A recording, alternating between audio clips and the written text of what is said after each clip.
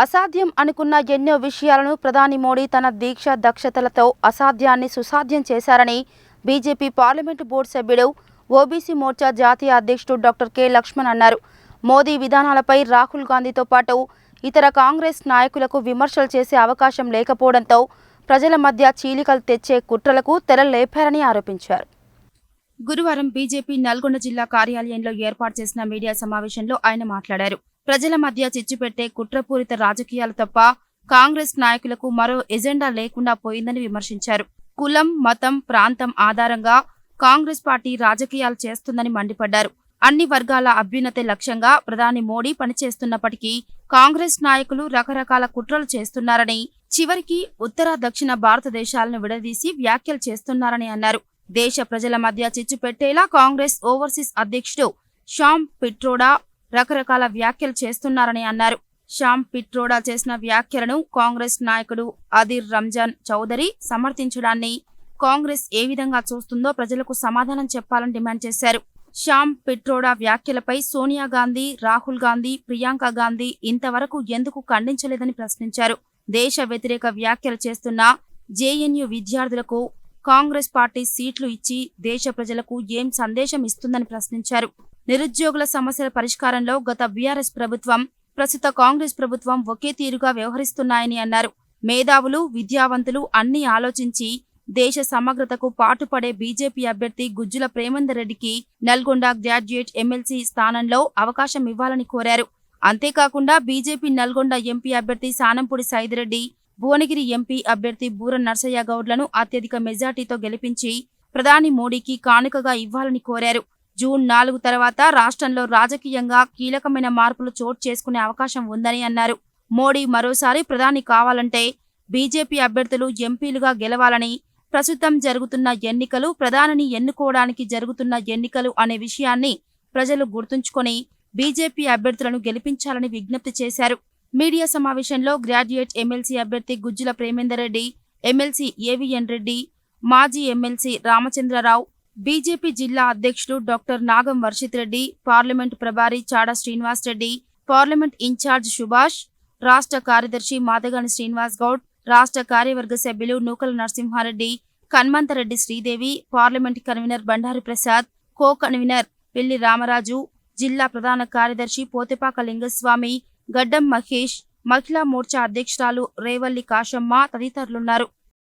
ఈ పార్లమెంట్ ఎన్నికల్లో నరేంద్ర మోడీ గారిని వారి యొక్క 10 సంవత్సరాల పనితీరు మీద, వారి యొక్క అభివృద్ధి ఎజెండా, పేదల సంక్షేమ పథకాలు, అసాధ్యం అనుకున్నవి సాధించి దేశ చరిత్రను మార్పు తీసుకొచ్చి ప్రపంచంలోకెల్లా ఒక ప్రజా ఆకర్షణ ఉన్న నాయకుడే కాకుండా అందరికీ ఆమోదయోగ్యంగా మోదీ గారు కొనియాడబడతా ఉంటే కాంగ్రెస్ పార్టీ, రాహుల్ గాంధీ మోదీ ప్రభుత్వం విధానాల మీద, వారి అభివృద్ధి ఎజెండా మీద, పేదల పథకం మీద వారు సాధించినటువంటి 370 ఆర్టికల్ నుంచి మొదలుకుంటే రామ మందిర నిర్మాణం వరకు వాటి మీద చేసేదానికి విమర్శలు లేకపోవడము, మోదీ గారిని సరితూగే వ్యక్తి ఆ విపక్ష కూటమిలో ఎవరు లేకపోవడము, రాహుల్ గాంధీ నుంచి మొదలుకుంటే దేశ ప్రజలు అంగీకరించలేని పరిస్థితి.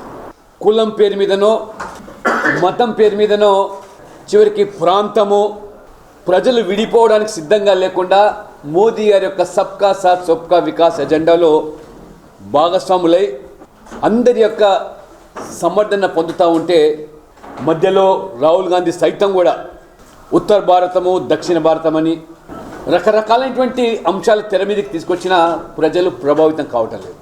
ఇప్పుడు కొత్తగా రాహుల్ గాంధీ యొక్క చీఫ్ అడ్వైజరు, ఇంటర్నేషనల్ కాంగ్రెస్ చైర్పర్సన్గా కొనసాగుతున్న శ్యామ్ పిట్రోడా గత 3-4 రోజులుగా విషం చిమ్ముతూ దేశ ప్రజల్లో ఒక రాగ ద్వేషాలు పెంపొందించే రీతిగా ప్రజలను రకరకాలైనటువంటి వర్గాల పేరు మీద చీలిక తీసుకొచ్చి రాజకీయంగా లబ్ధి పొందేటువంటి కుట్రలు.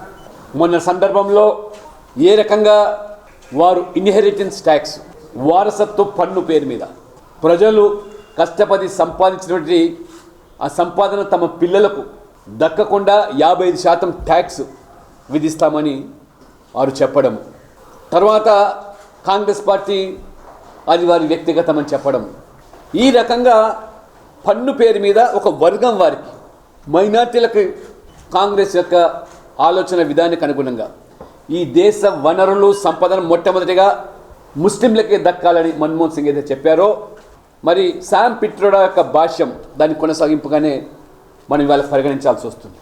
శామ్ పిట్రో రాజీనామా వల్ల ఇవాళ మరి ఒరిగేది అదంతా కూడా ఒక డ్రామా, నాటకీయ ఫకీలో జరుగుతుంది.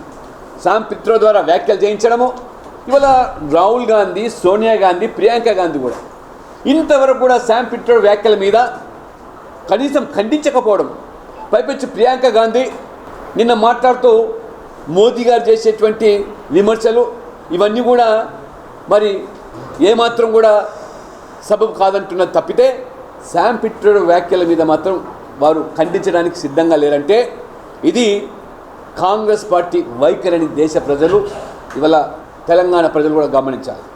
ఏ కమ్యూనిస్టులు ఇవాళ కాంగ్రెస్ సమర్థిస్తున్నాయో, ఏ కాంగ్రెస్ పార్టీ ఇవాళ పరోక్షంగా బీఆర్ఎస్ యొక్క మరి సమర్థతతో బీజేపీని ఓడించడానికి, తెలంగాణలో బీజేపీ ఎదుగుదలను సహించలేక పరోక్షంగా ఒక రహస్య చీకటి ఒప్పందంలో భాగంగా అన్ని పార్టీలు ఏకమై ఏ రకంగా ఇవాళ మీరు పన్నుతున్న కుట్రలను ఇవాళ తెలంగాణ ప్రజలు, నల్గొండ ప్రజలు కూడా భగ్నం చేయాల్సిందిగా నేను విజ్ఞప్తి చేస్తూ, మరి గతంలో నిరుద్యోగ సమస్య పరిష్కారంలో కానివ్వండి బీఆర్ఎస్, ప్రస్తుతం కాంగ్రెస్ పార్టీ ఉద్యోగాలు ఇవ్వలేకపోతే నిరుద్యోగ భృతి అని చెప్పారు, మోసం చేశారు.